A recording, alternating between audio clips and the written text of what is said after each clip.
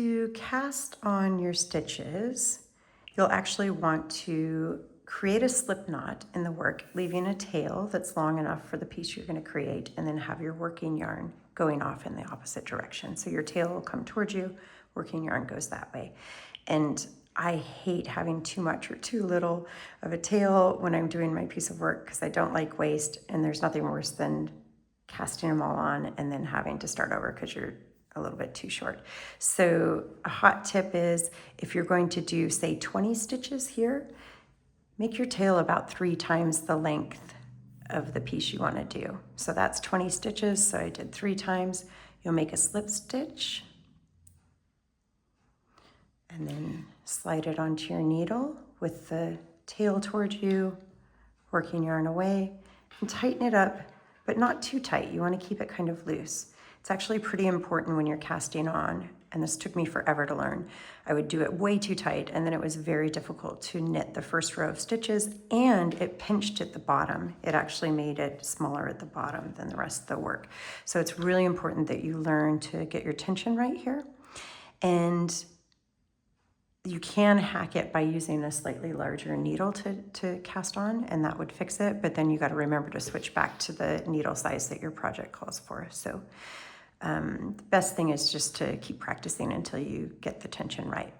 So I hold my yarn continental style, so that means that I take my working yarn and wrap it around my fingers in a way that gives me control over the tension. And that way it's really easy to get an even tension with the cast on and also for the rest of my work. So what I do is I wrap it around my pinky, around the back, come around the front, and then go between my pointer and my middle finger, wrap it around towards me, and I leave about 1.5 inches to 2 between my finger and the work.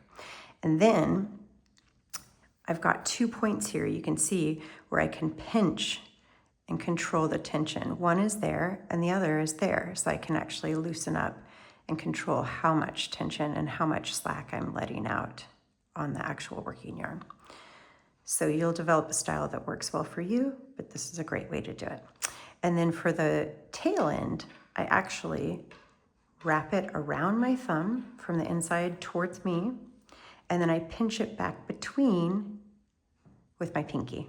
So I'm actually holding it with my pinky as well and letting that control how much tension comes out that way. So to cast on, you hold it in this formation and it makes like a little V, and you get yourself to a comfortable amount of slack between the two. And I'll take the work, moving it towards me, you can see it actually creates this little loop around my thumb. So I've got the work on the top towards me, creating that little loop, and I bring my needle from underneath through, swing around, grab the working yarn that's around my pointer finger, and I pull it through. And then I just let it slide off my thumb, and as I'm pulling it up, I twist my thumb around and grab it again, making that same initial motion, and I very gently pull it into place, not too tight. So again, I've got my little V here. I move the work towards me, create that loop, go from the under through, grab the yarn, pull it through, slip it off, and gently tighten with my thumb. V towards me, up and through, grab the working yarn, pull it through, slip it off, and tighten.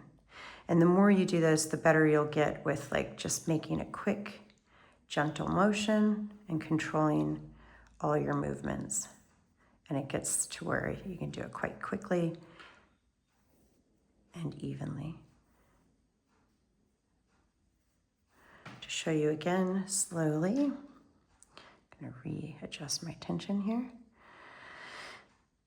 Towards me, through to the top, around the back, pull it through and slip it off. So towards me, through to the back, pull it through and tighten.